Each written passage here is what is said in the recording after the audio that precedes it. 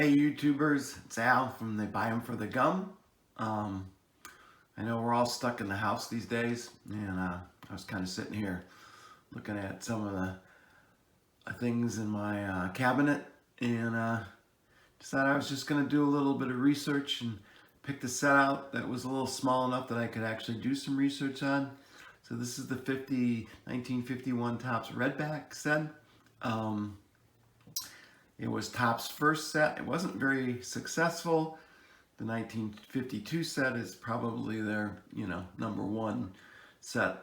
But the Redbacks are a nice set. One of the nice things about it has a lot of Hall of Famers in it. And if you were collecting Hall of Famers, this is a pretty good set.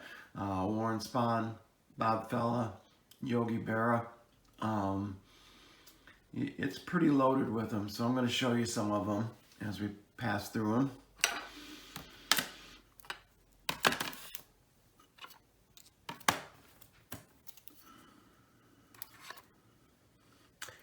Ralph Klein, Duke Snider, Phil Rizzuto, all good players, and a lot of interesting things about each one of them, but I'm going to talk a little bit about the set itself. These players, most of these players in this set actually fought in World War II and took time off from their careers to actually fight. Hank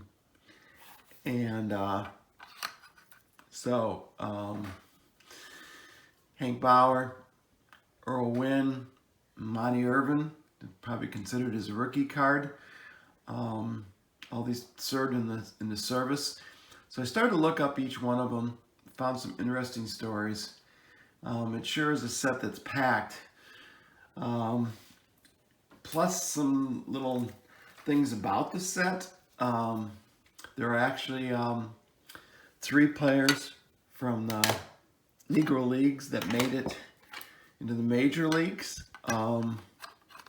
Monty Irvin, of course, one of them. He's a Hall of Famer. And Henry Thompson, really Hank Thompson. He's noted for being one of the players that had 2 in-the-park home runs in one game. And Luke Easter, who actually was a rookie, and when he was 34 years old, he was also noted as the only person that could hit the ball as far as Babe Ruth. So, interesting part of this set. My next card here is a player who,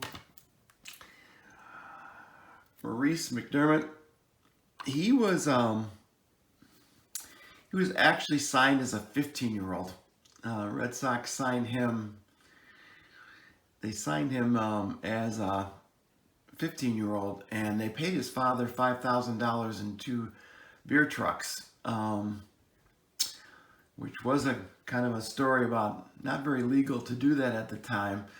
He also has a unique thing is that the Norman Rockwell's Saturday Night Post picture of the rookie is actually a depiction of him. The other 2 interesting things, considering this is a brand new set in 1951 and they hadn't made these before, was they had already started to do corrections. And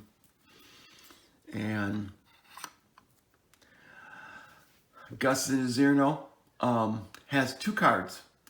He has a Chicago bio and a Philadelphia bio because he was traded during the season, and so they corrected it. And the other player is Tommy Holmes, and he has 2 cards too.